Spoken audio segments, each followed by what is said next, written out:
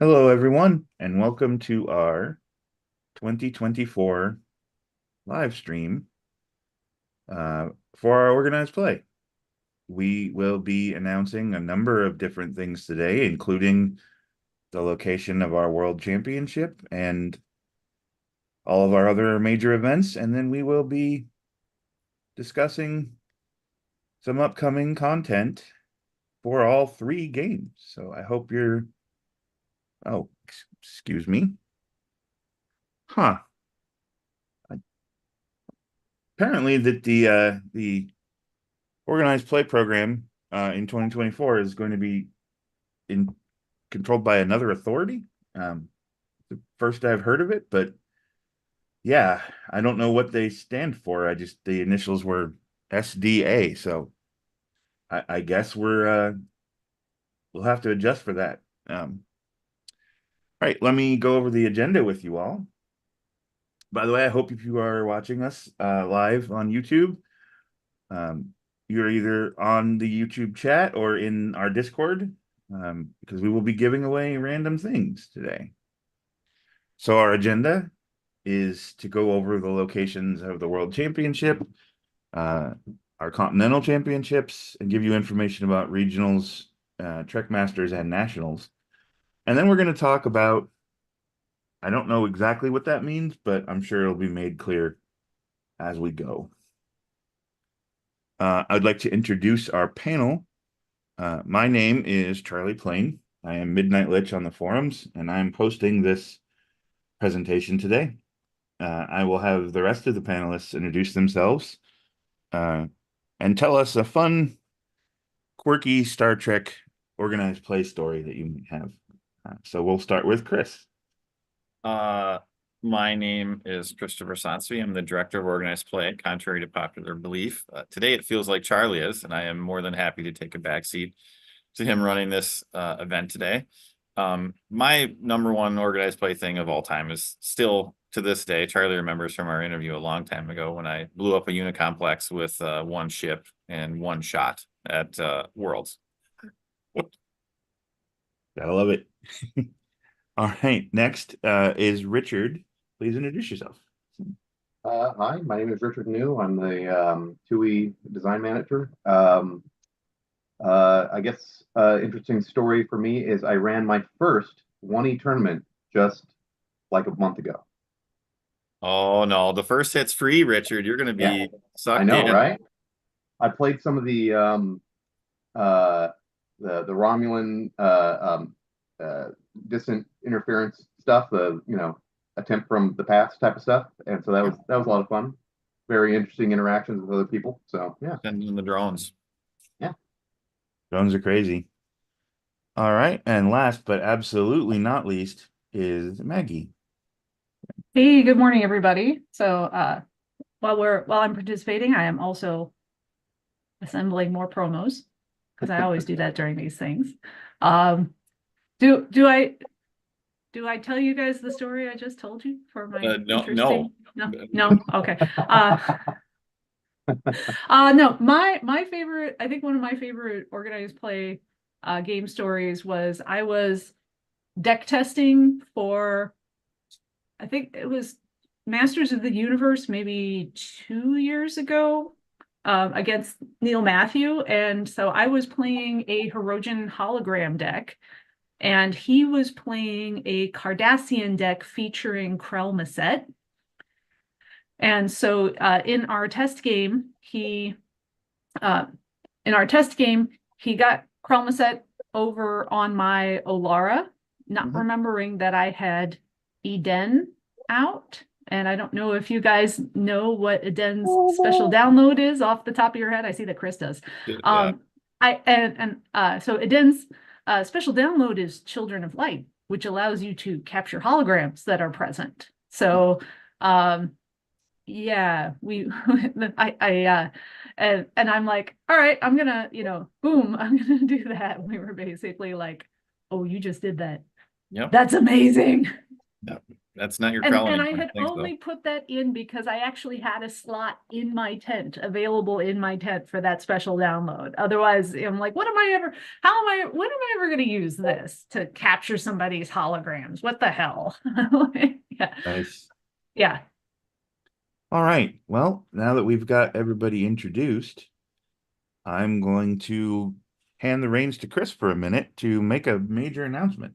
So, Yeah, if you haven't kind of connected all the dots on these first few slides, we'll be as subtle as a freight train, like everybody knows me for. Our 2024 World Championships this year are going to be going to the great city of San Francisco out in California. We're going to be running that over Labor Day weekend. As we'll talk a little bit more about tentative schedule, all of those things. Right now, things are still obviously up in the air. We're trying to nail down venues, and we'll talk more about that as we go.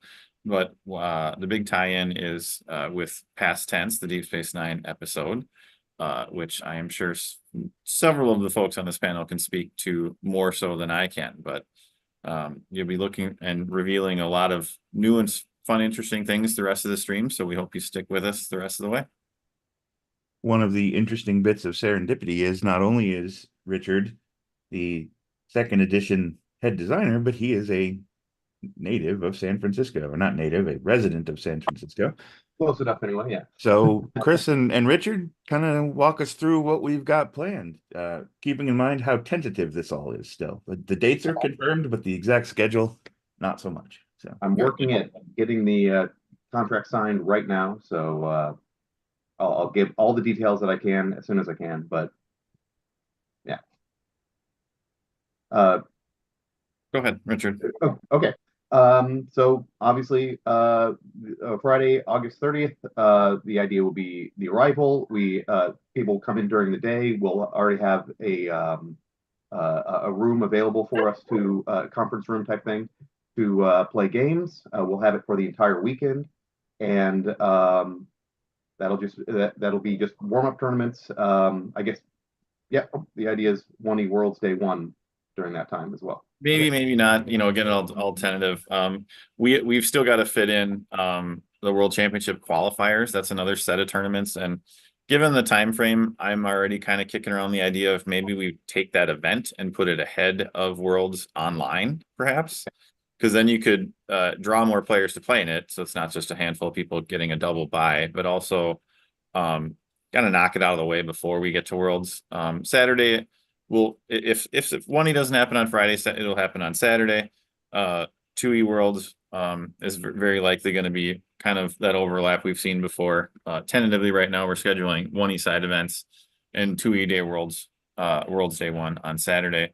Sunday would be the day 2s, and I believe Tribbles is Monday. Yeah.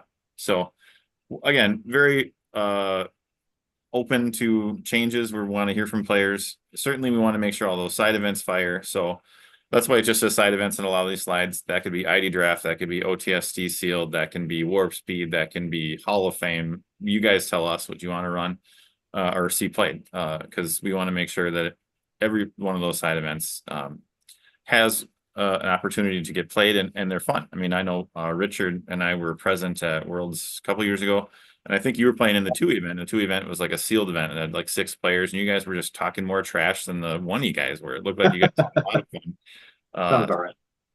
Side events should be fun. I still have the fondest memory myself of going to Gen Con, and the WCT event was happening on one side of the room, and 1E was doing a rainbow sealed, and we had like way more fun, I think, than they did, beating each other balls in to qualify. So again, very tentative schedule, but we'll be looking for probably a roughly 4-day period, and we'll kind of get those scheduled as we know exactly where we have the venue locked down and the time frame, right? Like we've got to make sure that that conference room isn't getting closed at midnight, for example, before we get these events in the system.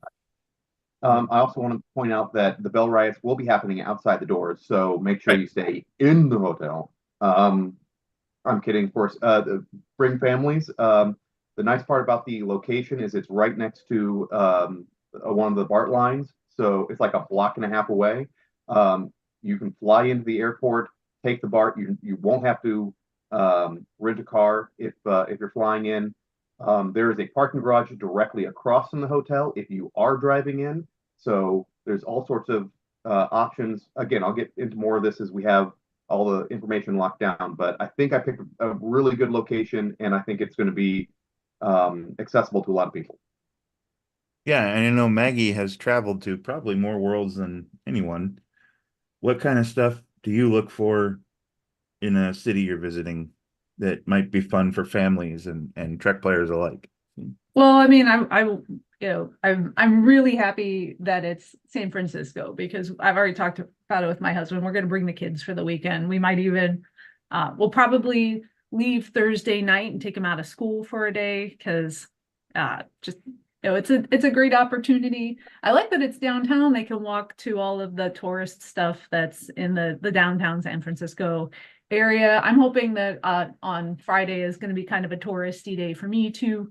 I don't get to do that enough, but having the hotel venue right there is going to be, I think it's going to be a really fantastic opportunity for this. We Worlds in Orlando 2 years ago was a lot of fun for me, but we had accidentally picked a hotel that was an hour drive from a resort hotel that was by Disney, and I hadn't really realized when we picked it how far that was from where the venue was. So, but that was, I mean, Orlando's always great. I'm not digging on our Orlando crew, who I love dearly, but that was less fun for me. So it's going to be nice to be able to do some touristy stuff and have the family nearby.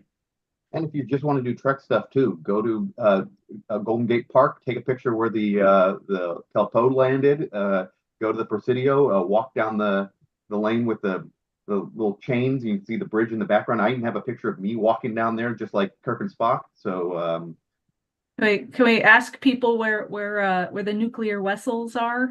I would think so. Across They're the going to be bay in across the bay. Alameda, I think. Yeah, So. Alameda, I believe. Yeah. I would like to point out that that we do not have solar panels on the Golden Gate Bridge because we still do need to use it for cars. Oh, This is, I believe, the 31st century version. You Car can trucks. walk it though if you want to. I think going back and forth is about 5 miles. So keep your Wow, hiking boots on. very It can be cool. fun. And I know we're being someone asking what the hotel was. We're being a little light on info because like we're still locking down the details and we don't want to say it's going to be this and then something has to change. But yeah, we're hoping to announce it very, very soon. Once the ink is on the paper. Yep. And you'll get more information as we get closer, but the hotel where we will be hosting it will also have a room block available. So you can literally stay right above the venue if you want to, or you can look for an option a little further away and a little cheaper. Like Richard said, the BART lines are all there, and Yeah. and in addition to the touristy stuff, if you just want to riot, you can join Neil and I, and we'll start that. please keep the rioting outside of the venue. Well, yeah, Sanctuary District A is it will be. That's where it's going to be. Yeah. different part of town. So The funny thing is, like, I haven't heard anything about like, I don't know, official events or anything going on then, but this is the weekend that it happens over Labor Day weekend in 2024. So there might actually be like Trek events out there. Like, I don't know. I'm surprised they haven't announced anything yet. You'd think there'd at least be like a fan gathering or something.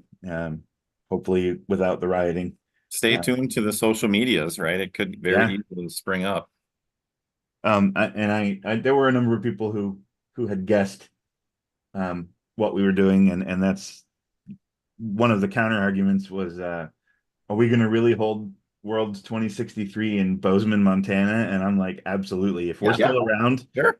If I'm alive and this organization is going, where Worlds 2063 is going to be, Bozeman, Montana. Oh yeah. So I'm all for it. I also want to say, I know one of the other criticisms is San Francisco is expensive. I get that.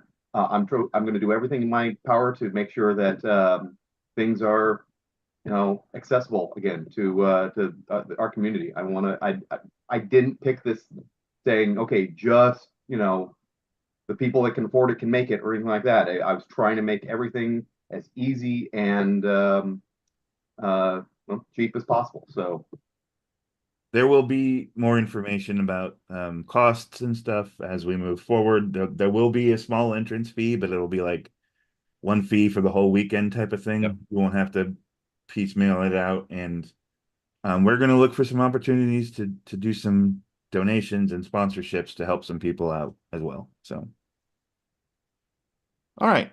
I would love to hear what you think about Worlds in San Francisco. If you are live with us on YouTube chat, please post the word frog, and I will choose someone at random to be given a promo mailed away as a random giveaway.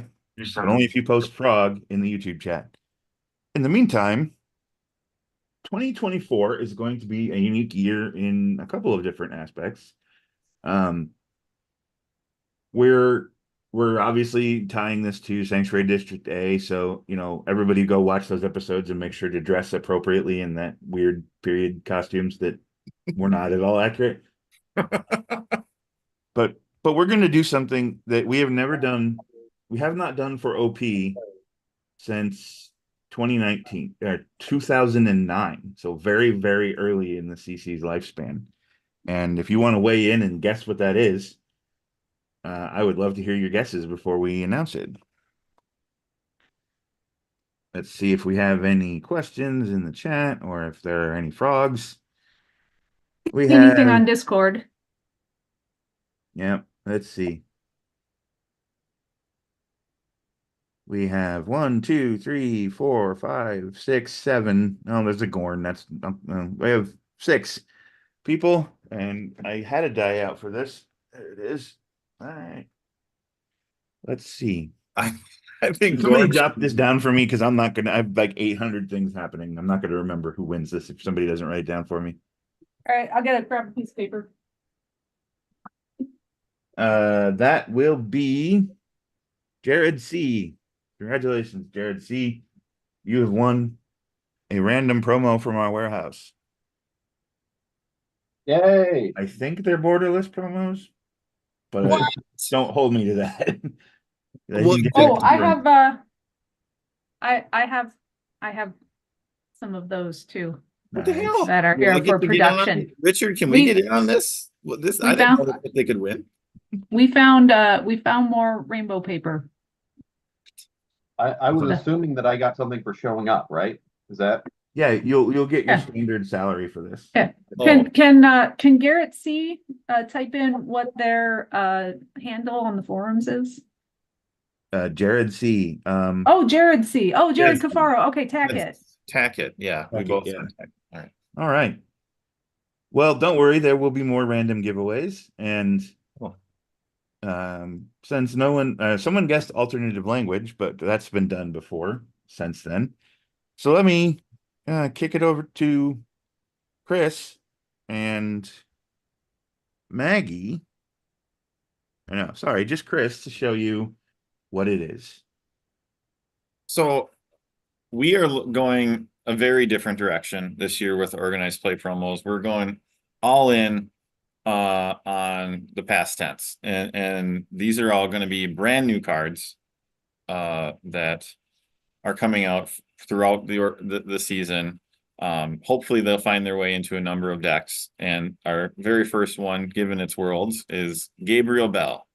This is a non-aligned person. The lore is human male who visited 2024 San Francisco to preserve the timeline. Benjamin Sisko in bold, so we know it's a persona, took Bell's place and protected the hostages in Sanctuary District A. The skill dots are Honor, Leadership ×2, a special download of The Name is Bell, current broken link question mark. I don't know if it's in the next We'll talk tab. more about that later, but yes. And then last skill dot is if he time traveled this turn, he gains honor and anthropology. And I looked at this card a long time ago when it was coming through testing. I was pretty excited about it because like everything in Star Trek CCG, I love doing stuff you weren't supposed to be able to do. So the first thing I noticed about Gabriel Bell, that leadership ×2 certainly says he can be dialed in with going to the top. and Charlie and I were talking offline. I want him to run my ancestral vision in the Delta Quadrant because sure, he can smoke some ayahuasca and talk to the gods in the Delta Quadrant. Because as Charlie said, are you really going to have a Ben Cisco in your Voyager deck? Probably not. So you're not really losing anything with him. But I just thought right away that was super cool. Dial a person and then have him smoke some weed. Seems fine to me. All righty. Next, let's go to the 2E promo with Richard. Here we also have Benjamin Sisko, 4-cost personnel, preserving history, command and human, command icon and human species. He's got way more skills than your version in 1E. Anthropology, engineer, honor, leadership, officer, security. Let's play. And then when we when we get to the ability, this shows a little bit of the theme that we're going to go with. When any number of your personnel, who each have a cost of 2 present, are about to be stopped by a dilemma that requires a skill, you may stop this personnel to prevent up to 3 of those personnel from being stopped. So what we're trying to do with the 2E cards is have a little bit of a theme between ours, and there's going to be you're going to see a lot of things about 2-cost personnel being a thing there. I'll explain that a little bit later, but for right now, he's we found that just preventing stops was powerful, so we kind of ratcheted back towards the end of the process to look at just dilemmas that require skill, but still very useful in going around with a bunch of 2-cost personnel, protecting them and keeping them going, and hopefully allowing you to complete a mission.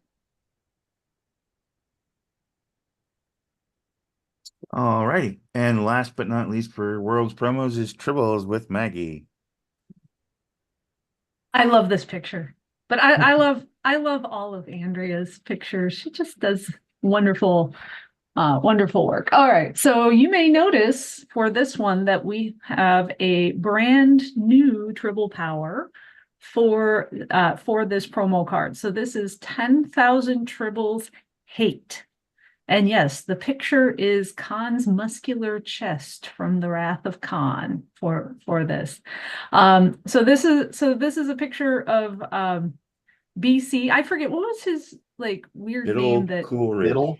Biddle Yeah. something. Biddle Coolridge. Yeah, Biddle Coolridge angrily in someone's face with Tribbles on his hat and Tribbles behind him. So this card's power is choose another player that scored points by activating a Tribble power on their previous turn.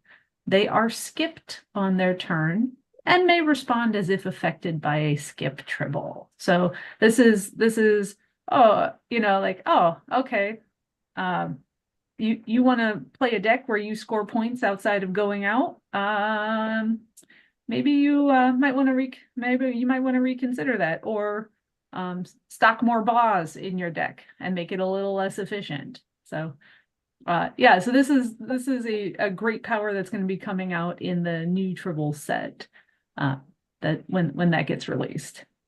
Yep. I don't want to derail it, but I read that it says it's in the background, but if I look at this image, I think this guy looks like a pimp, and that looks like his pimp coat that you're seeing behind you. And I think that makes it better, not worse. Yeah. That's a thing that you said. So, right. All right. One of the more popular aspects of our OP seasons is that we do playmats. And while they do typically show up in volume at Worlds, it's not the only way to get one. So I thought I would briefly touch on how you can get a playmat during the course of our season, and then we'll show them to you because I think they're pretty cool. So if you play in Worlds and make a day 2, in either 1E or 2E, you are walking away with one of our playmats.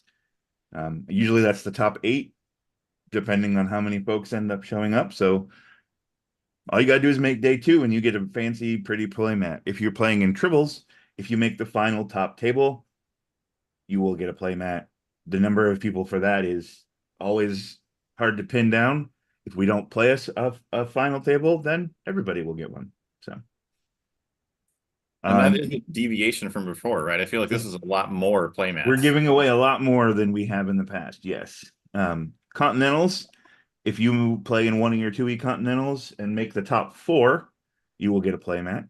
For Tribbles players, anyone who makes the top table again at any of the Continentals will get a playmat. And the volume being up is not an accident. We've heard complaints from you guys over the years that these are too hard to get, so we're going to try to make them a little easier to get.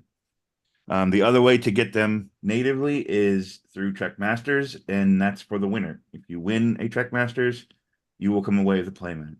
I didn't mention it, but additionally, the tournament director of all of these events, whether they play or not, gets a playmat. You won't get 2 if you tournament direct and win, but you will get 1 for participating or for doing the work of us and helping us run these tournaments. And throughout the year, we will be giving away playmats randomly or through contests. So there will be even more opportunities to walk away with these playmats during the course of the year. Chris, what were you going to say? Just to, you have it as written as Trek Masters. I know that's just the slide. It means Trek Masters or Nationals, which we treat the same, one and the same. That's all. Yes. Thank you for pointing that out. That is a very good point. All right. So, Chris, we decided we wanted to do something different with the playmats this year. So, as we spoil the first one, why don't you tell me what that is? Well, we historically, as most people know, we've been doing kind of the 2-color fade affiliation of the year, right? And this started several years ago. We were talking about we're running out of affiliations. This last one we did, now you're almost into sub factions of the first edition groups. And I have always been a big fan personally of the very first mats that Trek CC came out with, the ones that were NASA images, something of space, maybe of a planet. And we kind of just all kicked the ball around and came around to the idea of let's do a playmat with Earth, but let's focus on where Worlds is happening this year. So that's the graphic on this image.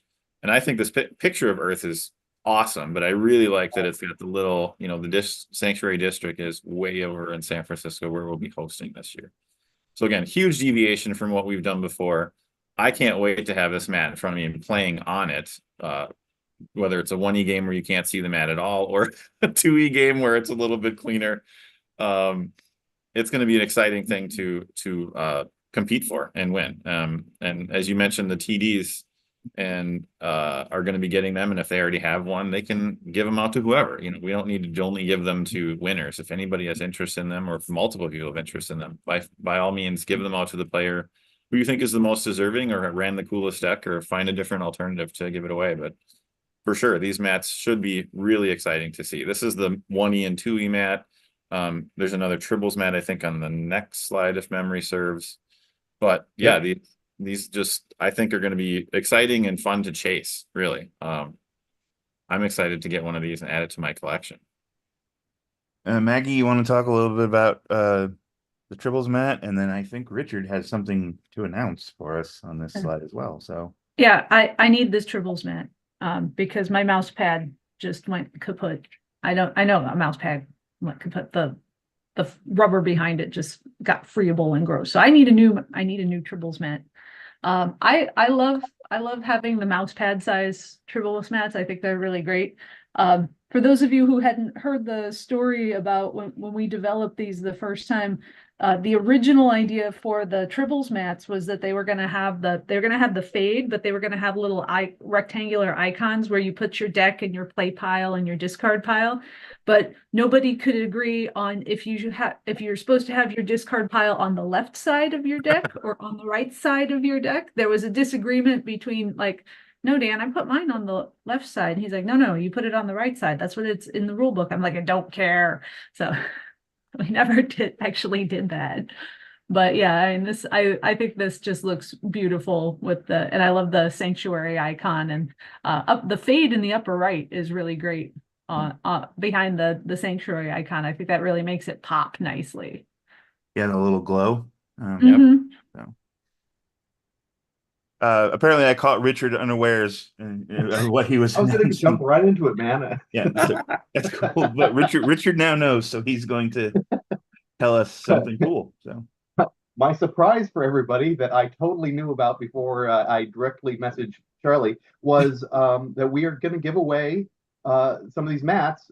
Check for an article on Monday, and you have a chance to get one right off the bat.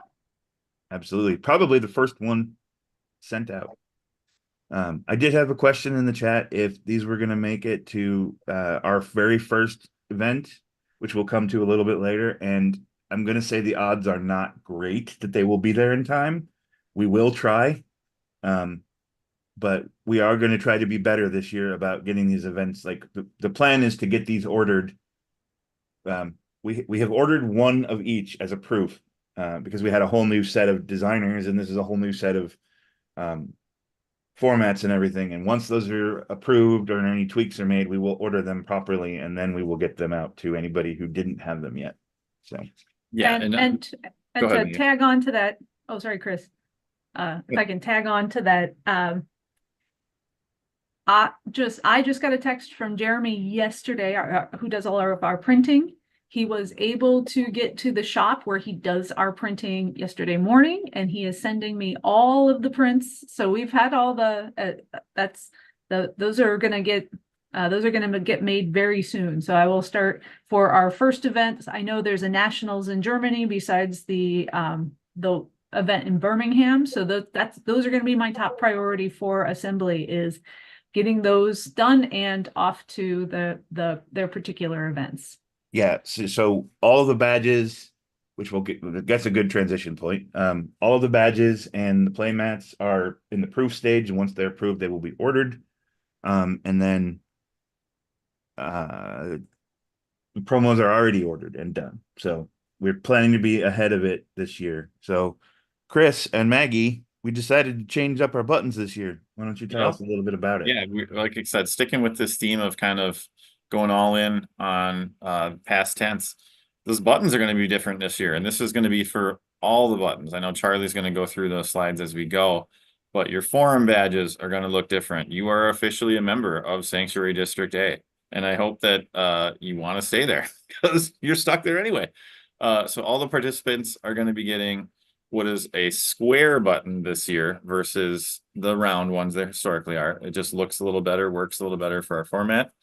Everyone's going to get one, and if you're a finalist, you will get one that says finalist for Worlds. Yeah, it's the replacement of the Silver Star, Gold Star is finalist and participant. So. Yep. And that one has a cool, is that an orange glow behind it? I can't exactly tell. It's red glow. Red, So, okay. That's a reference to our previous like uniform color buttons. So Worlds was red, so you get a little red glow behind the logo. For the badges, there is no glow if you're a participant. There is a red glow if you are a finalist or winner. And the winner this year will get a exclusive gold badge, gold border on their forum badge. So you will forever be branded as the winner of a 2024 World Championship. Final note, there are Tribbles versions as well, but they were produced after the slide was produced, and then didn't want to go back and redo all the slides. So and that's the gold thing, I think, is a really cool kind of added touch to this. I mean, I know historically they've been white and black, and it is a little hard to tell who actually won. I mean, you'll say like participant or finalist or semifinalist or whatever else. And that makes me feel better as a second place finisher, but I feel like the guy who won should probably know he was gold and I was not. So a little bit easier to distinguish. And again, fantastic job by our team and by everybody involved in this to get that subtle but important distinction. All righty. So we've shown you a new style of playmat, we've shown you a new style of button, and we have shown you brand new cards as promos. So we would love to hear your thoughts on these choices in our chat as we continue through and talk about our Continental Championships, which we run 2 of them now. We have one in Europe and one in North America. If there are anybody out there that has a play group that wants to put together other Continentals, you can just reach out to us. But for now, those are the 2 we're running. And I'm going to kick this over to Chris to announce our 2 Continental Championship events. Yeah, I'm super excited about both of these events for very different reasons. I think the first one on the slide is the North American Continental Championships. This is going to Sioux Falls. The Sioux Falls group has done a fantastic job of always traveling. They've played in Chicago en masse. They've played at Gen Con en masse. They've always come to Minnesota for big time events. And Kevin and his group of guys are some of the most fun people you'd ever get together with for a weekend of gaming. I know last year they ran a Masters, and I traveled for that. And this year, the Sioux Falls put in a bid to host a big time tournament, and I was really excited to grant them that. We've historically played at Kevin's house. Given this is Continentals and we expect a little bit of a bigger draw, bigger group, we're most likely going to be going to a card store that might be the Dragon's Den or a different venue. There are a couple in South Dakota, and I know that we're trying to, again, like Worlds, nail that down. Look for this in July. Historically, we have run all 3 games over a weekend. Kevin and I have kind of piggybacked in with golf events and bowling events. And there are things that you can do in addition to playing Trek, some sightseeing stuff if you want to do that too. But the guys out there and gals are fantastic about general gaming. I know that Kevin was excited about Anachronism, another dead game that he's a big fan of, and we played that during Masters. It was a great change up. You know, you're playing Trek and then you're playing this other game. So I'm really excited for that. Changing gears to Europeans, Continentals. The first one we know of for sure is going to be a Kaiser Fest. Johannes has done an excellent job running big time tournaments for a number of years. And, you know, while we probably won't be drinking as much in Sioux Falls as they will be in Germany, I know that the pool party and the beer money and everything else that goes into the Kaiser Fest events is just going to make that a fantastic and perfect venue for the European Continentals, at least for first edition. So with that, I will kick it back over to you, Charlie. Yeah, absolutely. So, I have not been to either Germany or Sioux Falls, but I know that between the rest of our panelists, they have.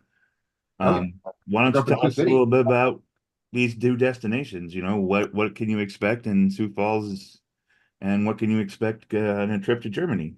So, let's start with Maggie. So, Well, I mean, Sioux Falls, I don't know. I actually haven't been to Sioux Falls, but I'm actually really looking forward to this. I'm hoping this weekend is a date that I can make it this year.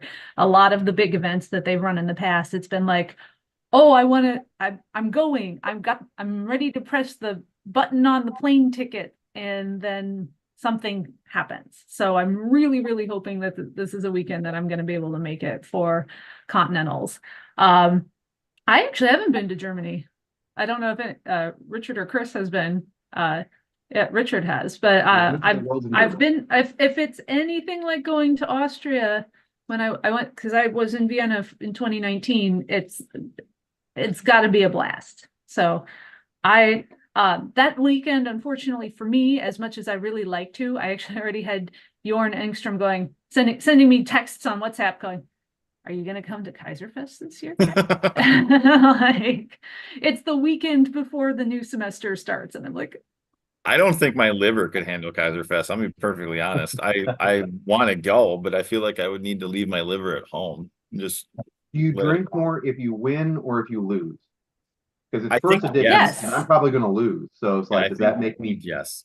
Okay. Regarding Sioux Falls, a lot of people will know this, but the airport and everything in Sioux Falls is like 15 minutes away. So there are a number of hotels near the airport. I'm gonna road it. I always drive out. So that means if people need shuttle services from the venue and their hotel, wherever that is, I can take care of that. If you live in Minnesota or in Chicago and want to fly to Minnesota and ride with a bunch of smelly dudes out for the 4-hour drive, we can do that. I'm gonna do everything in my power to make sure that all of my local players go to play in Continentals to really boost that attendance, because the Sioux Falls guys, like I said, they're always here. They're supporting our group as much as they can. They really do deserve a big time event. And I want to have as many people come in to that town as possible. And, you know, Kevin and I are going to tag team hosting duties, whether I'm running it, he's running it. So, you know, if you want to beat me or lose to Kevin, you can pick which game you want to play. Those are how it usually works.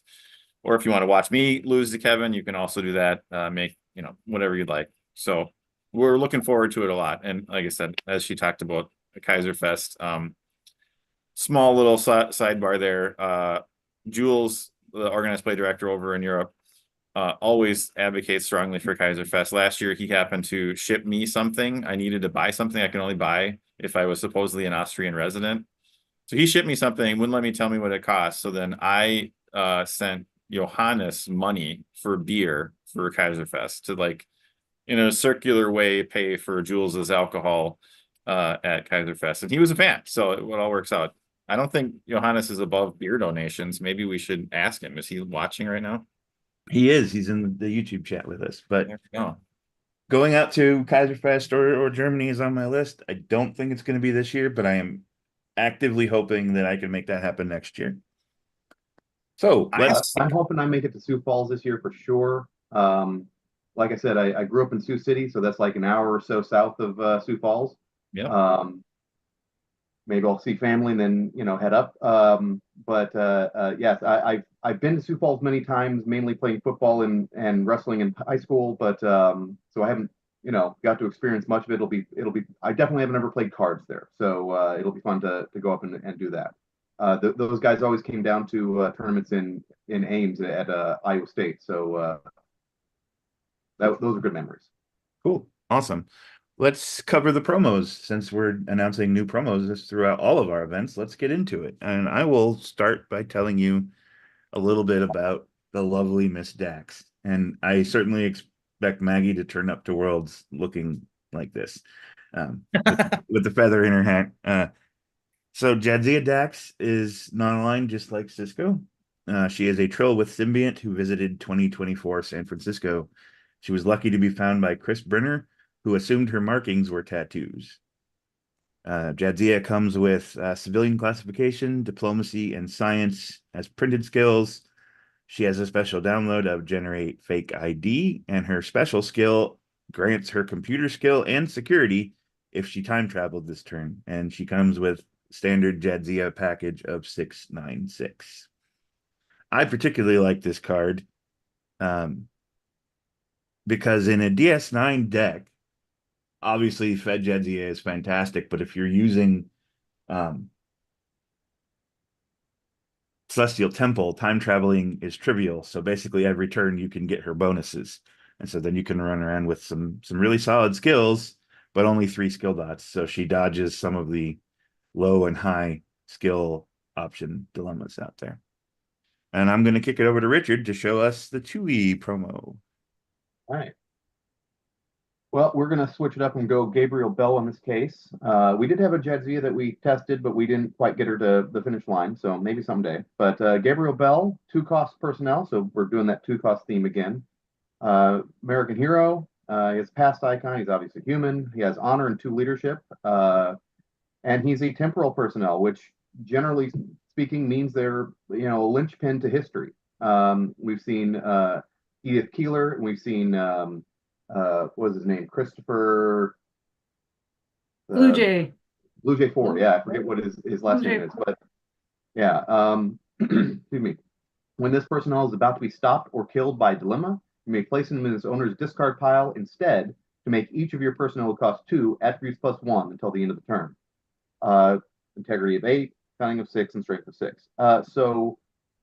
This is a really nice card to have around. He's gonna, pump up. If you have a bunch of 2-cost people around, he's gonna pump them all up.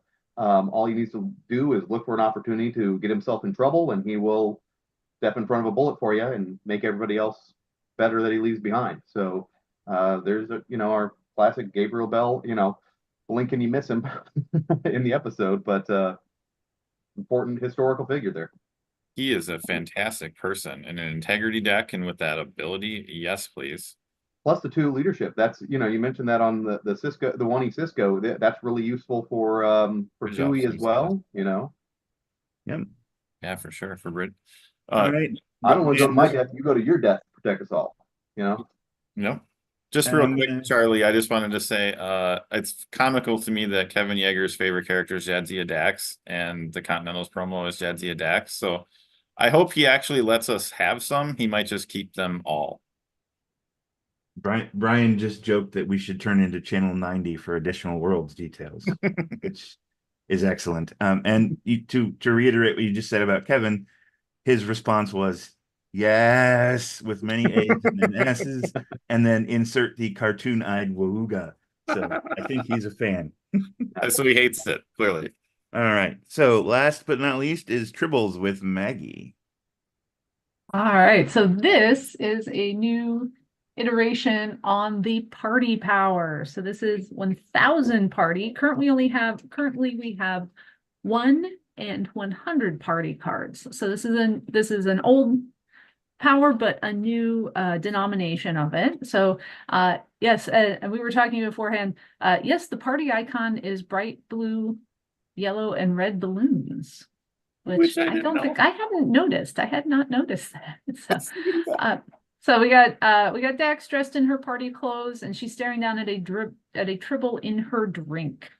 Yeah, now Charlie, you got me thinking about cosplay and like getting this costume made. So thanks for that. You're welcome.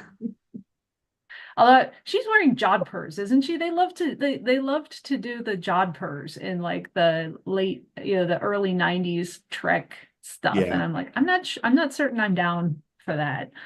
All right. So remember, to for the activate guys, this, we have to wear the tie around our neck, like just sort of like as like an ascot, basically. Yep. Not even like we don't tie it anymore. We just wrap it around.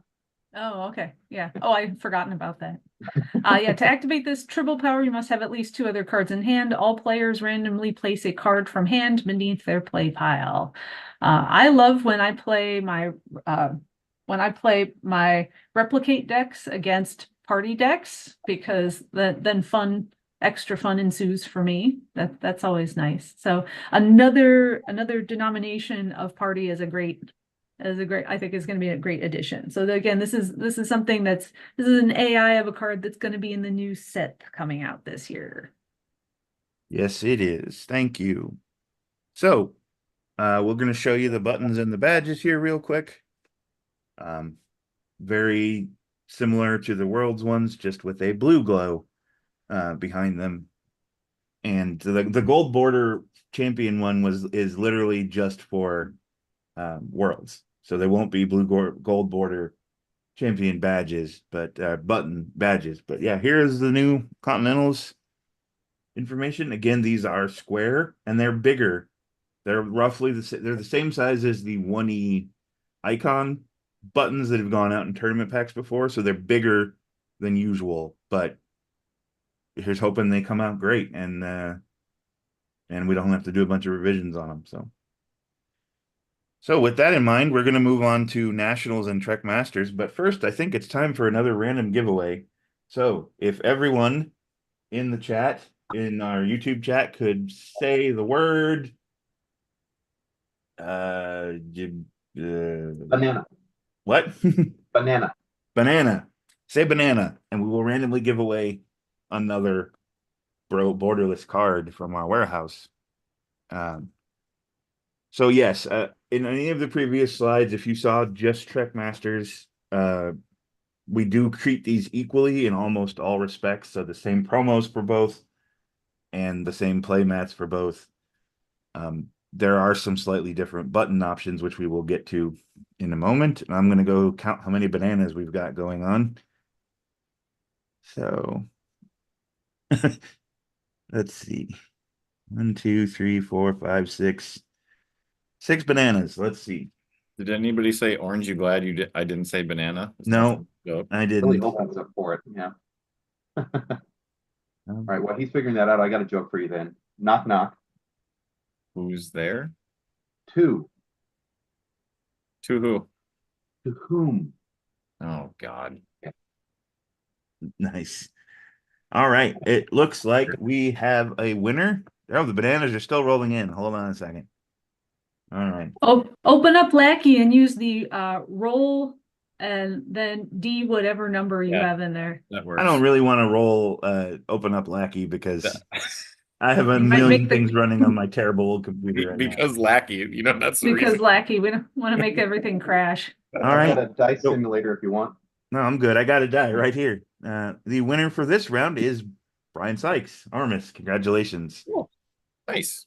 All right. So with that random giveaway completed, let's get into our national championship announcements. Fair warning, There are QR codes and URLs on these slides that don't work yet, but they will be working by Monday. So On Tuesday, right? on Tuesday, Yeah, yes, yeah, with on tractor Tuesday. beam. All right. So, Chris, talk about our national championships. These are kind of a big deal. So this happened again. This happened as recently as just yesterday. You know, I've been aware of a bigger tournament happening in Germany. It doesn't look like a big time tournament. It's written as a casual event, and then you go and you open it up and you go, "Holy shit! Look at who's going to be there." I don't want to play there. I would get my ass kicked. Peter's there, Johannes is there, a number Flo and Manuel, and a bunch of other really good German players are there. So I reached out to the TDs and just said, "Hey, how do you guys feel about calling this your German nationals?" And after a little bit of back and forth, they were like, "You know what? Let's go for it." And you know, I'm super excited to see that that's one of our first ones on the calendar. As Charlie said, these kits probably aren't going to get to them in time, and that's again just shipping from here to Europe. That seems to always take forever. Plus, we're trying to get all of our ducks in a row. But I'm super excited to get that one on the schedule. We have another one for second edition happening, I think, also in March, if memory serves. That's the That's the Trek Masters. So oh, sorry. we'll Okay. cover So that one yeah. next. Yeah. So we'll be looking for the UK as the one that's up that we know of. It's going to be happening in October, November. Patty's already agreed to put that on. And again, look for other national championships we know are coming. The Canadian nationals tend to get run every year. As of right now, we haven't heard anything about when that'll be. US nationals, it doesn't sound like that's going to stick at Gen Con this year. We just haven't had a ton of turnout. So we're hoping we can get somebody who can step in and do that host for us, or we might end up soliciting further bids or just asking event organizers to host it.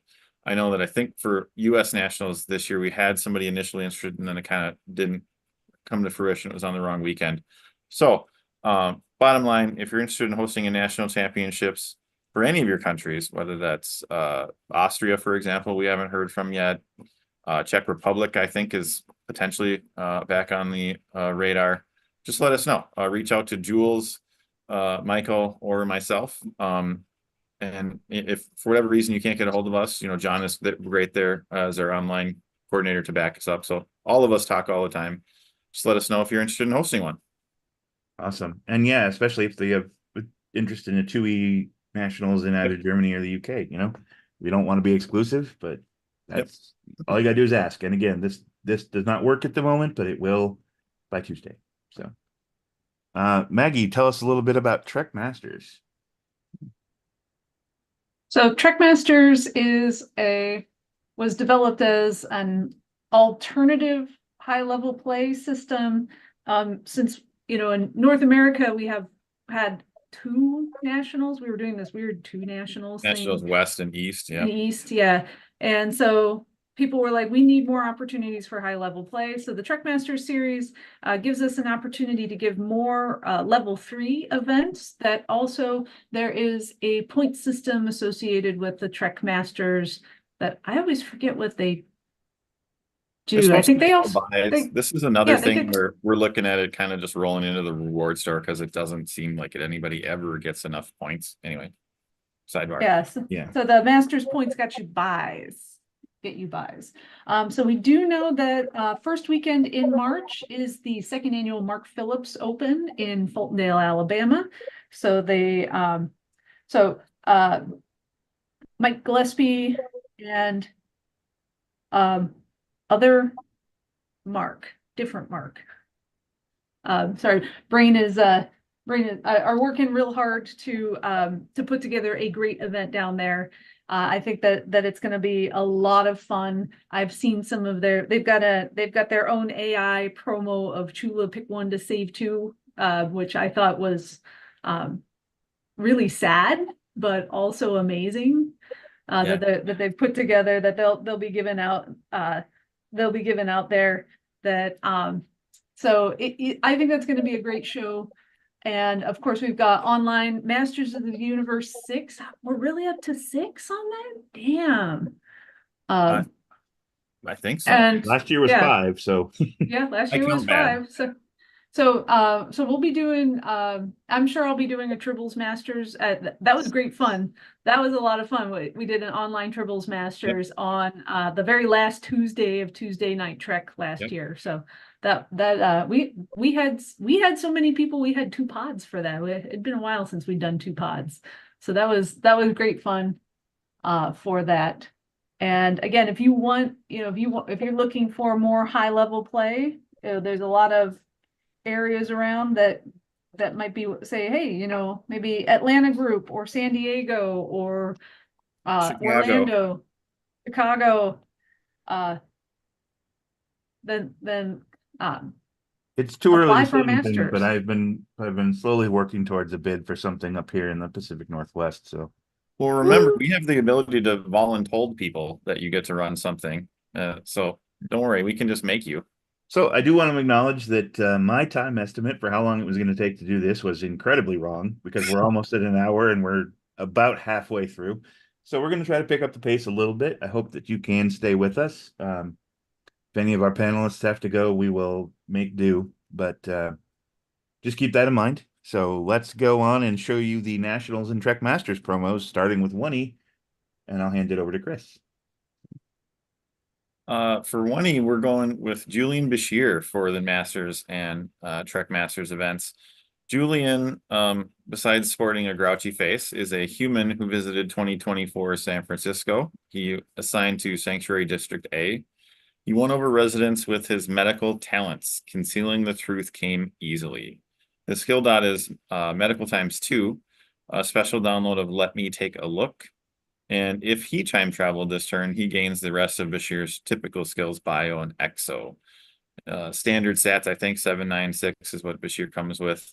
For me, I really like the fact that he's a civilian. I don't know how prevalent persistence of individuality is in a lot of metas, but classifications matter here. Like I hate when I have 3, 4, 5 people die, and the fact that I can have a medical ×2 guy for med crisis is fantastic. But also helping to cover some of those classifications with that civilian on him, I think makes him an interesting choice, definitely in deck building. Plus, he's non-aligned. He can go in other decks. Side note, the concealing the truth came easily is to cover for the fact that he is not genetically enhanced. This version of Basir was prior to that reveal, and we decided it would be an interesting choice to make him not have that keyword. That's cool. I believe there's 1 or 2 other Bashirs that don't. I think the OS Bashir is the one I'm thinking of, but that was an interesting decision that was made, and I thought I would just point it out. But now I'm going to hand it over to Richard to show you 2E's version of the Good Doctor. All right, so we're back with the 1E folks. We got our own Julian Bashir, which is again 2 cost, displaced doctor. He's got his regular Julian Bashir skills, genetically enhanced on our version. While this personnel is attempting a mission, if he is present with 3 of your personnel who each have a cost of 2, you may examine the top card of the dilemma stack. If you do, cards you own cannot use their abilities when that dilemma is about to be revealed. You may do this only once each turn. So you might be thinking, what's the point? Like, what does it matter if I look at it if I can't do anything about it? If I can't Kirk that dilemma, if I can't, use the new Benjamin Sisko on it. I don't know if you've ever been in a situation like I have, where you have to make a choice of which personnel do you stop or which personnel do you try and figure out. And it'd be nice to look at the next one and go, oh, I'm going to need, programming. Well, not this guy then, and that's kind of what he's there for. He would be way overpowered if he let someone else use that information. But in the show, Julian kind of acted as the audience. It was Sisko who told him all the things about the future that was going to happen, and he was, the person that was like, "Oh, now I have future knowledge, and I can't use it." So that was kind of our thought process behind this. If he's with a bunch of 2-cost people, he, can look in the future and maybe nudge things in the right direction. Excellent. I think it's a real fun ability. Very cool. And then we'll go to Maggie for the Tribbles promo. All right, so we have another new Tribble power that's going to be in the new set. This one is called Organize, which is a green binary code on a black background. This one is at the 100 denomination. The picture is Bashir talking to Michael Webb with Tribbles in the background. And so this one is place this Tribble next to your play pile. If you activate battle, rescue, or a Tribble power to score points, place this card out of play. At the end of your round, place this Tribble in your play pile and score 10,000 points. So this is the idea behind this particular power is to help out decks that want to go out, not decks that are looking to score points. So this has been a fun power to play test as a way to encourage people to go out. Go out doing things differently than battle and rescue. Also that, yes. So if I get to the end of the round and I put a couple of these off the side, and I don't go out, I still score the points off of them, and they get shoveled back into my deck. That is correct. Yes, but you can't be doing any sort of other shenanigans. Like if you Right. want to play an organized deck is a thing when the new set comes out. Okay. Probably not with just the one power, but spoiler alert, it's going to be on more than one power. And if you just want to stack these up and not go out, yeah, you'll score points. But it's only 10,000 each. That's not going to be as big of a point score as other things, but it's a way to sort of add on to what you're already doing, as long as you're not already scoring a ton of points. So, all right, I want to show you the Nationals buttons and badges. We only have a sample of them for you, but they're freaking badass, and I'm excited to show them off. So, pardon my language. So let's take a look. It's the same motif, but we added the national flair here. So I absolutely love these. We will make them for any country that wants to have a nationals. This is just, again, a sample. We've also got UK and Canada queued up. So it is there's a participant and a champion badge, a button and a badge, and they all feature like a white glow and the national flag in the background. I think these are really cool. So cool. Oh yeah, this makes me want to travel to every nationals. I just want to get a bag of buttons from those countries. Yeah, we've found the printer we used to make buttons has made it a little bit more practical to order very small quantities. So like realistically, we would never have more than 3 champion badges, but in the past we would have to buy 25. Now we can buy 3 or probably a couple more just in case there's damage or something. But I'm very excited for these. And then Chris and Maggie will talk a little bit about the general Tref Masters ones, which follow the pattern of the others. Yep.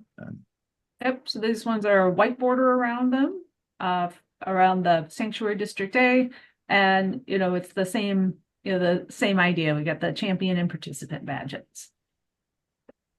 Absolutely. I think these are cool. I'm a little biased, but I still think they're cool. And if you win, they pop a little more with that white glow on those forum. Yeah, on the forum badges. And there are black border and white border versions. If you like the black border version, all you have to do is be a premium member and they will automatically switch to black border. All right, let's do another random giveaway before we get into regionals. This will be a brief section, but I want to give away another promo. I'm feeling very excited. So I want you to comment Bah, the Klingon word for fire. Comment Bah in our YouTube chat, and I will come back in a minute or so and we will pick a winner.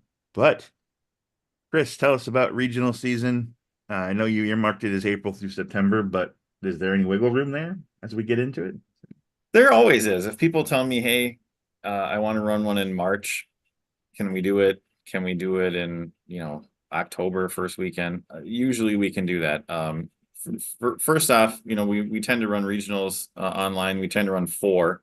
Historically, we run both games standard constructed, and then both games some type of either sealed or alternate event. For second edition, I've run the ID draft regional the last couple of years. I plan to do that again here in most likely May.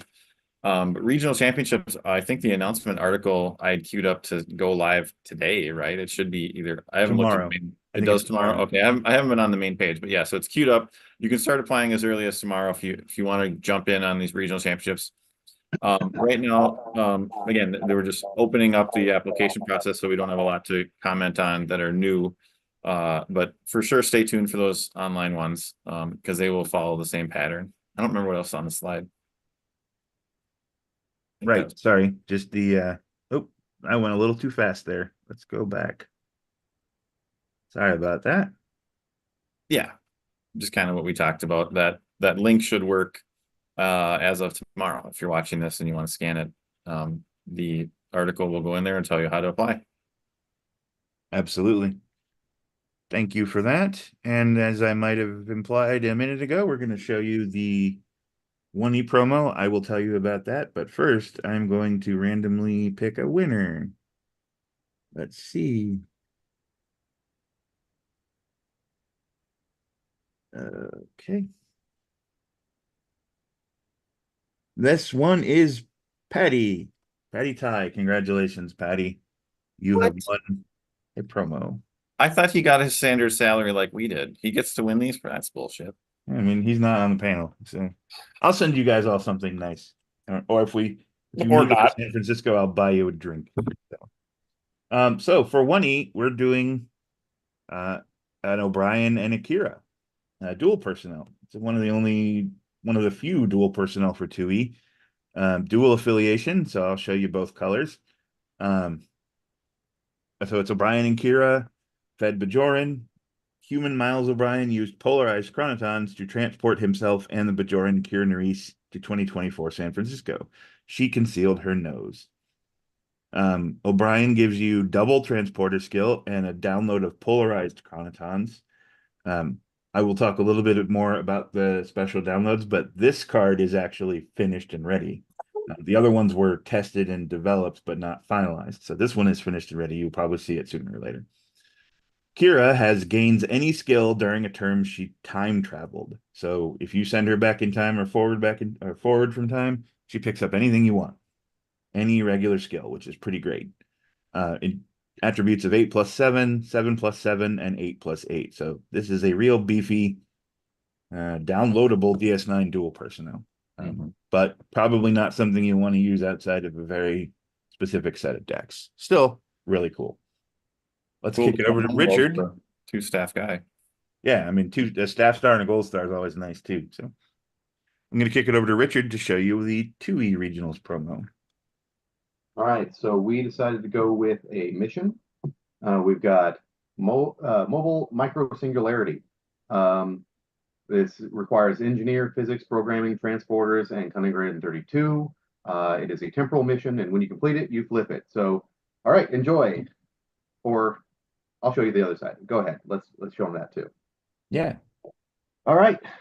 Instead of going down to Sanctuary District A, we want to with the flippable missions, we kind of have to stay the same on both sides. It does have to be space, so we decided, okay, this is going to be alternate 2371 Earth orbit. This will be the Defiant crew having to go back in time and find their missing crew members. And so we have, in order to turn off this change in the timeline, you have to bring, your opponent has to bring officer of science, transporters, and cunning greater than 24 here, excuse me. Again, temporal mission. Each opponent's unique personnel cannot use their abilities during mission attempts. At the start of each opponent's turn, if their personnel here have this mission's printed requirements, flip this mission.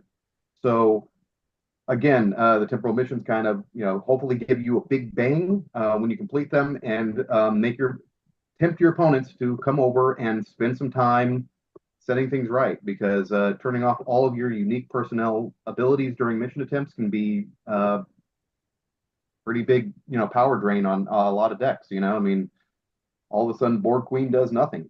So stuff like that. It can be pretty huge effect, and I think that might get my attention and bring me over to try and fix this up. So, yeah, very cool. Yeah, and if I may put in a moment here, that with Richard, the idea that so I was full disclosure, I was on the design team for these 4 promos, and my idea here was we want to punish the rich. All right, we're punishing, like, that the idea that I know this is a little social justice, a little hippy dippy here, but when you step on the necks of the poor, bad shit happens to you too. So that was where my head was at as part But of the it seems design on for this brand with the mission. episode, right? Like that's Yeah. kind of Mhm. Absolutely. So this is Absolutely. the universe where, the Romulans have come all the way to Op Centauri. So yeah, get them out of your way and set things right. All righty. Maggie, since you were just chatting us up, tell us a little bit about the final new card for the year. All right, so promo. our final promo is yet another new Tribble power. This one's called Lock. So if you haven't guessed yet, the part of the theme of the new set is punishing people for scoring points and helping people who want to go out, who want to score points by going out. So so this one says, so this is a picture of Ben Sisko holding a single golden Tribble in his hand, studying it. I think he's eating a sandwich in the No, original it's picture. the food ration card in the He's the looking. original that also Gotcha. inspired the color. So Gotcha. So choose a player until the end of your next turn. That player may not score points from activating Tribble powers except by going out. So just straight up, like you are locked out of locked out of your utilize and your poison and your toxins and and you can use them, you can play them. You just can't but they activate don't them give to you score any points. points. So if you flip a poison and target somebody, hit their tally, they get 50,000 points and you get nothing. Yeah. So, don't do that. Point is the main point, but Or it does not you prevent can you from playing the power like what's the other one that does? so if you want to utilize somebody to cover up their mirror, go for it. You just won't get any points for it. Yep. So, all right, real quick, I thought we will show off the last set of badges here. As with all the other ones, they are the same standard design. These have the gold uniform glow over them. Nothing different to see here, but let's take a minute and show you all 5 badges next to each other because they're pretty cool. And I would love to collect a set of these this year.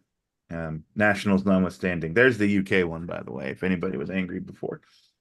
So yeah, that's our buttons. You'll be able to get these at all of our events. The forum badges will be applied automatically. At this point, I would like to prompt our audience, either on our Discord or on our YouTube, if they have any questions about what you've seen. We will cover those, but real quick, we're going to start talking a little bit about the design of these new cards and let you know that all of these new cards will be spoiled on Monday and will be legal the following Monday. So you will be able to use all of these cards, all 12 of them, 1 week from Monday. They're legal, they're printable. The foil, there's not going to be watermarks on them. They will be printable and downloadable Monday. Then they'll be legal the following Monday. The foil versions will obviously be only for the events. So let's real quick go over our 1E cards. I thought I'd just share them here again. Tell us what you think overall. I know Florian was in their chat saying he's skeptical of the time travel skills, and that's fair. It's a lot of times it's hard to see the use of something until you start using it. But they all have some sort of time travel related ability. Kira gains you any skill, and then these 3 gain specific skills when they time travel. And in certain decks, and presumably in a future Sanctuary District A Earth 2024 deck, they will be particularly good. And moving on to talking a little bit about this. So these were all designed by the Project Mandalorian team in concert with that expansion, which was in testing and probably due out later this year. I was on that team, for full disclosure. What we did is we mapped out everything that we wanted to do for past tense. So now we didn't get into the nitty gritty, but we said like, this is what we want the time location to look like. This is what we want the mechanics to be. And we made sure that these guys will fit well into that, but they're also general enough that if that plan changes, they'll still be useful. They are going to appear, these cards plus everything else will appear in a future expansion, but I can tell you right now, it is not Project Mandalorian. And as was noted, there is a broken link on all of these cards. Polarized Chronotons, the download on O'Brien and Kira, is a limited use time travel card. So it's essentially a, if I remember right, it's a captain's order event that plays on your ship with a countdown and lets you time travel while it's in play. It's pretty cool. And that card is basically done and ready to go. The other three, it can't hurt to look on Bashir, generate fake ID on Jadzia, and the name is Bell, will all be from past tense, and they all sort of look at the board state when they're played and give you a benefit based on what the board looks like. And that is largely going to be the featured mechanic of a Sanctuary District A deck. You may have noticed that all of the promos reference 2024 San Francisco, so that's your time location. Bashir and Cisco reference Sanctuary District A because they were the ones who were there. So both of those are potential keywords we'll be exploring. We will be doing Temporal Disruption in 2024. That's a very 1E mechanic. As Richard mentioned earlier, the Federation does not exist in this timeline, so will it be like Stop First Contact or will it be different? We'll find out. A teaser for one of the cards is for each of the following card types, something. Our current plans involve a new side deck, so you never know how that's going to go. And we will be featuring all of the characters native to 24, like BC, Vic, and Chris Brenner on cards, even if they're not personnel. So, real quick, I wanted to give you a look ahead of what's coming aside from these promos. So some of our individual promo winners from Will of the Collective and March Madness will be coming out in March and April. And just like these OP promos, they will be printable and playable immediately. So the long-awaited debut of Soita from the last Will of the Collective, as well as one of our previous March Madness winner cards, will be coming out pretty soon. And I'm happy to announce that March Madness 6 will kick off again on March 6th. And this year's theme is going to be rescuing a card from our cut file. So our talented team of designers is currently going through everything to pick the 64 cards. You guys will all be given the opportunity to go through them and seed them, and then pick a winner that will turn into a new card. So in other new hotness news, we are announcing that Life Signs, our Vidian booster shot expansion, formerly known as Project Viking, will be coming out in the spring of this year. We are also putting out a promo at some point that will introduce a brand new icon into the game that will be very important as the game moves forward. We're excited about that. And as a programming note, the 30th anniversary of First Edition starts November 20th, and we will be celebrating that epic milestone for an entire year. So that's what's coming in the world of 1E. I'm now going to kick it over to Richard to talk about what's coming in the world of 2E. So as you can see, here's our promo cards, and yeah, really excited to see what people think of them and how people use them. Let's go ahead and move on to. All right, so this was designed by Project Sanctuary, as Maggie mentioned. She was a member of the team. The other member was Monty 42, Benjamin And Liebig. Liebig. Thank you. I blanked on the last name. We have discussed further ideas for past tense cards, but it was we kind of just focused on the cards that we were making at the time. So a little different than 1E. We didn't have a huge mechanic that we were looking at. But talking about the mechanic, this is actually kind of Maggie's idea, and I think she did a fantastic job on this because she really looked at like what in game terms, what is it that these things represent? And so she had mentioned at one point, they had the nicknames in the episode. Dims are kind of like the uh, uh, what's his name? Clint Howard's character, like, just, like not all there, a little bit, a little bit gone. They called him a dim. They called our crew of dims because they didn't know what was going on when they first got there. Then they have the gimmies. Those are the people that kind of just wanted the jobs and wanted a handout, but were struggling. And then they have the ghosts, which are kind of the people that uh, not quite law-abiding citizens. BD is an example of that guy.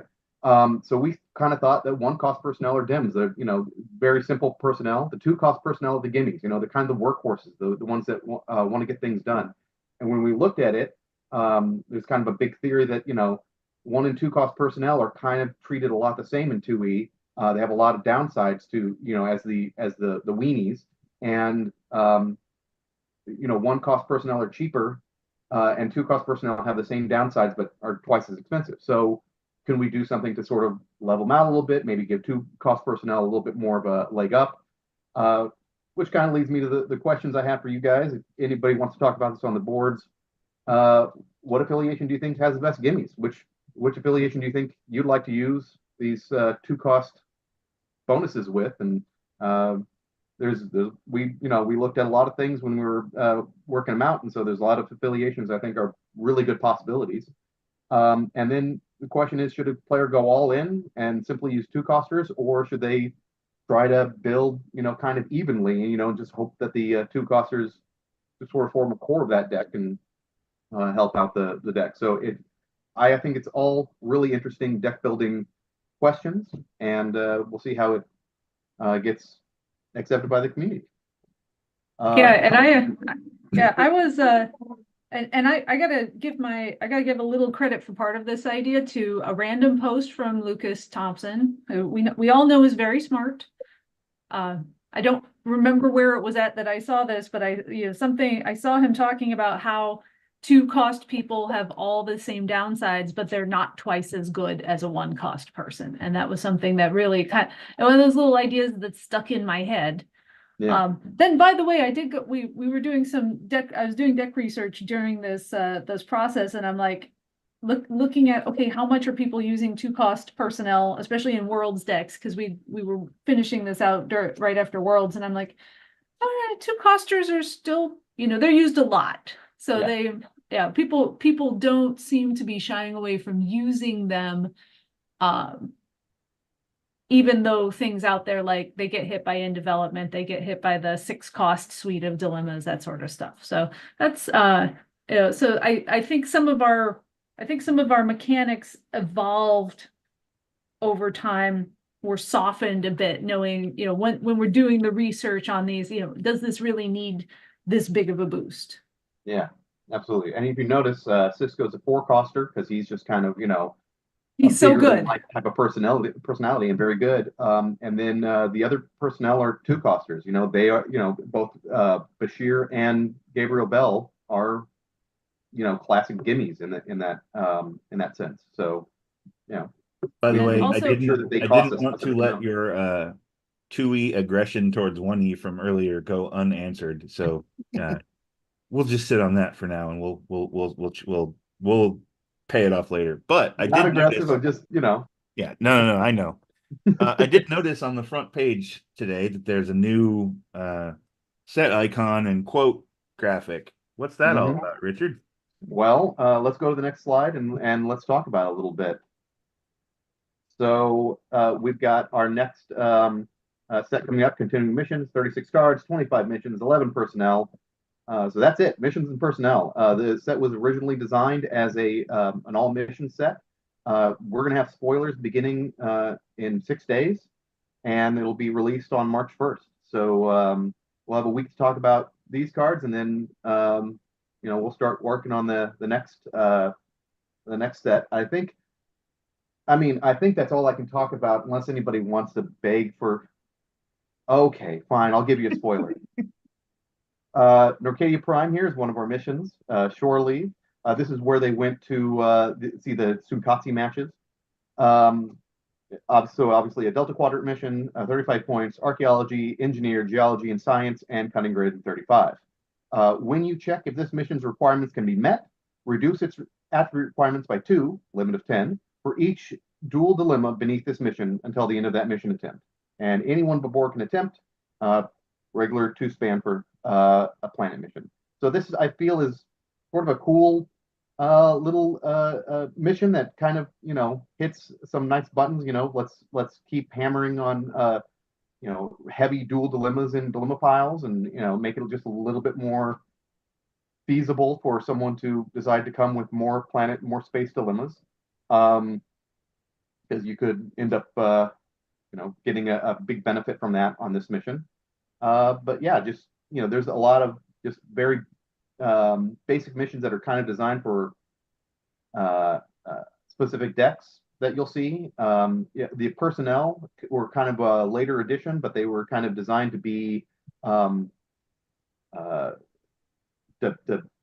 buttress up some of the missions and make them a little bit more, you know, both sides of the mission side and the personnel attempting them side, just sort of match them up a little bit.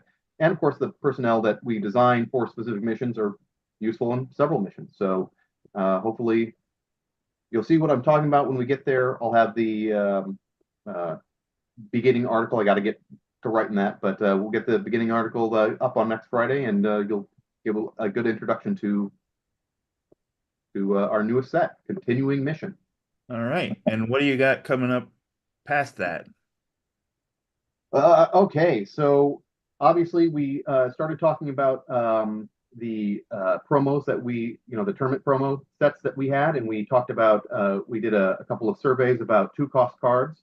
We're going to continue work on that. Now that you know why we care about 2-cost cards, we're going to finish up that process and come up with what our tournament promos are going to be this year. We also have in testing right now Project Galen, which is Vidian's. Once again, which seems like we are matched in step with first edition, but not, you know, not a well thought out plan or anything. It just happened Not to by design, Vidian. just by coincidence. Yeah. Yeah, exactly. We had a really good pitch for what Vidians could be, and we started to design them. And it won't be the last new affiliation. We're already starting work on the next one. TJ's plan is to have one a year. I'm not entirely sure that's going to, you know, I'm hoping we can get that done, but there's a lot of work in talking about. Vidians have been on the schedule for like 2 years. We've had a lot of lead up time talking about them, and we're just getting started with the next one. So I don't know. We'll see where we end up, but that's the vision is to, all right, start coming up with some of these affiliations that we haven't seen yet, like finally bring them to the game. Project Hamlet is going to be next up on the testing schedule. We've talked a long time about removing the Earth icons from original series movie era personnel, and that would have some disruption to a couple decks, and so we want to store them up on both sides and make sure that they have things that they need to keep working, and also give those movie era TOS personnel maybe a little theme of their own, something to do with the cards that are going to be separated out on their side. Voyager also has its 30th anniversary at the end of the year, and so we have some plans for that. And like I say on the last point, there are lots of projects that are a little too early to discuss, but some things on the drawing board I'm pretty excited about. Awesome. Thank you. I hope the 2E fans out there enjoy this look at what's coming. Next, we're going to take a look at the Tribbles promos, and Maggie, our queen of Tribbles, Tuesday night and otherwise, was a lead playtester for the set that these are in. So I thought we'd let her talk a little bit about these new cards. All right. So as I mentioned before, I guess I was jumping the gun a bit. The theme of the new Tribbles set will be is talking a bit about the punishing people who want to score points by activating Tribble powers, and helping out people who want to score points by going out, because that's the core of the game, is going out. So these the ones that we're getting right now. They have all been play tested. We've done several iterations of playtesting within the Tuesday night Tribbles groups. We've had some alternate testing setups. I'm very excited to see some of the new cards that are coming out. And there's a couple of new denominations of old powers also that I'm like, I can't wait to finally build a deck around this power. Like, because now there's another option for it. So that's what I'm really looking forward to, some of the new stuff that's in this set. So just to clarify, the cards that are out now, the promos that we showed you, are alternate images of Tribbles that will appear in the next set. So let's talk about that, Maggie. What is the next set? So Oh, it's called Bad Brood Rising. Like, Charlie and I were texting each other the other night, like, ideas about Tribbles names, and this one came up, and we're both like, yes, that's it right there. Because there's a bad brood on the rise. Not a bathroom on the right. All right, it is our release date is our traditional release date of April 1st. We've got 24 new cards, plus including the 4 for the 2024 organized play promos. I can't remember, Charlie. I haven't seen I don't know if the proof exists for this yet. Please tell me that the regular picture for the hate power, like one of them is Jajarin. What? Yep. And I think is there more than one denomination of hate too, right? So yeah, I think every new power but one shows up on multiple denominations. Okay. Is the other one the punk? Yeah, of course. I think you have to be, Yeah. right? If gotta be Punk the on the punk. Bus and Dejarin are two regular images, yeah. So. Yeah. So that's our that's our new that's the next set coming out. It is going to be really great. I have at least 2 new decks that I'm like, I'm ready to go. Ready to go. And yes, new achievements, all sorts of chaos. Shameless plug, Tuesday night Tribbles, 9 p.m. Central every Tuesday on Lackey, on Zoom. So if you love to play Tribbles, come on out every Tuesday night. Watch me fall asleep while I'm playing. Because Drink only and fall happens asleep. once. We've played many games where you drank and have fallen asleep. It's good. Yeah. Oh, that time I wasn't even drinking. It was just, I was very tired. Very tired. All right. So that's pretty much all of our content for you today. Let's do a quick wrap up of everything we learned. We'll take any questions from the chat room. Not the chat room. Wow, that's showing my age. From the YouTube chat, if you have them. It's been pretty quiet. There's been some good commentary, but not a lot of questions. And I'm not seeing anything on Discord. Yeah, that's fine. We've just thrown a lot of information at people. All of this information will be showing up on the website throughout the next week. You'll have articles that cover all of this, show off the new cards and a few other different things. So it's not like this is the only source of information for everything. You did just a fantastic job of answering all the questions. That's what I'm getting. Yes, it is. So, Chris, give us a quick wrap up. And at the same time, I'm going to give away 2 more cards in the chat room, and just comment your favorite episode of Star Trek in the chat room to be eligible for this giveaway. And Chris, sum it up for us. Yeah. So, I mean, again, reiterating what we started with, it's kind of going to be the year of past tense and how that affects our world championships. It's going to be in San Francisco, the same weekend as the Bell Riots, as we talked about earlier. Other high level tournaments that we know of for sure right now, continental championships are going to be in Sioux Falls and in Germany. We are obviously looking for a second edition home for the continental championships over in Europe. And if there's any Australians who happen to be watching this and you guys want to host continentals, let me know. Then from there, we step down into nationals and Trek Masters, and we've got a couple on the schedule now. We know of some other venues who may get either future allocations or who have kind of talked about it, but haven't had any real official bids yet. We do expect to see British nationals, Canadian nationals, as were touched on in one of the slides, and then down into regional championships, which are going to be opening the application process right after this tomorrow when that article goes live, and you can apply to myself and to your respective continental coordinator.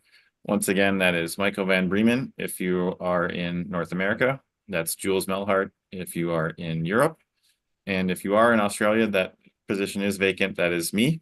And then lastly, if you are looking to run anything online, reach out to John Carter. He's our online coordinator. As everybody's kind of talked about, Charlie's talked about 1E projects, Tribbles projects, second edition projects. Just bring it all back together. Like the whole goal is if you think your play state is stale right now, it's not going to be for very long. So get ready to kind of revamp some of those decks, look out for interesting new decks, and get out and play, whether that's regionals on up through the road to Worlds. We expect to see many of you in San Francisco on Labor Day weekend. Absolutely. And once again, if you are in the excuse me.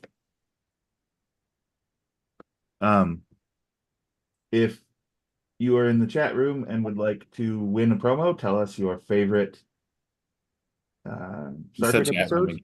In the meantime, any final thoughts from Maggie, Richard? Oh, I got psyched to play. I burned myself a little bit over the holiday break. I had 4 online tournaments rolling at one time, and I was a little bit like, all right, I'm kind of done. But now, like, seeing all this stuff, I'm like, all right, I'm ready to build decks now. Yep. Yeah, I've got local events here next week that I already was jacked up about it to play. And I forgot about the spoiler. When I saw Richard's mission, Maggie, right away, I was like, is that mission better than Track Survivors and ID? It might be. Because now Richard doesn't know this. We're ID draft freaks. So the quadrant doesn't matter, but like you're gonna punish people who give you all their really good duels at that mission, and you're gonna get on the board. And those skills are right in line with a bunch of the space missions that show up in ID Draft too. So I'm gonna need my hit. I'm gonna have to go I should point out that I mean I'll mention this in the article and everything, but those were designed by Danny and Benjamin. So I think they did a great job at trying. They really looked into a lot of the nitty gritty and trying to figure out what do decks need. Let's not make it too easy. Let's not make it too hard. Like they really tried to find a really good balance and did a lot of research on it. So I feel like the flavor text of that 2E card wraps up this entire meeting. What does it say? Can you read it again, Charlie? Enjoy yourself. That's an order. Oh yeah. Is that a point? We ended up where that actually went long enough that we didn't have room for lore. And I should mention, I forget his last name as well. There's a proofer named Joe that is fantastic at what he does. He just finds all. Oh, Joe Bazemore. Joe Bazemore. The man is a machine when it comes to proofing. And he figured out. He was like, "Oh, do we need this phrase? Do we need this?" Shrunk it down. I was like, "Oh, we have room for lore." So I had to do an emergency contact to the creative department, like sure. what should we do? And to help him out, I scanned through the text of the dialogue in the show, and I gave him like 4 or 5 examples, and that was my favorite, and he ended up picking it. Didn't give any, oh, you should try this one or anything, but he picked the same one that I did. So, and I like that too. Yeah. It's perfect for organized play. We are ready for mandatory fun season to start again here in April. All right. There is one note from the YouTube I do want to acknowledge. There is a little bit of concern. I think it's just with the national versions of the buttons, but correct me if I'm wrong, that the Sanctuary District A symbol over the German and Austrian flags gives some 1939 vibe, which is not the intention at all. That is actually a symbol from the episode. So we will be. I don't think it's the case on the other ones because it's just that gold background. We'll look at it. We'll get the proofs and we'll look at it and we'll ask around. But that is not at all our intention. Thank you. There's probably an intention on the people who made the show to give that kind of fanatical feel to it. So it's but it absolutely is it's the symbol that they use in the show for Sanctuary District A. Yeah, it's a good point, and I want to thank the people that brought it up. We will take a look at it before we move forward with any final decision. And again, I'm really hoping it's just the the symbol over the flags that is the problem, and maybe we'll look for a different option there. Sure. But yeah, so thank you for bringing that up. I do want to acknowledge that point, and I don't want to end on a downer, so we're gonna give Give stuff away. yeah, I do appreciate that the FM 1102 has said we appreciate that everyone has the best intentions, and absolutely not our intention at all.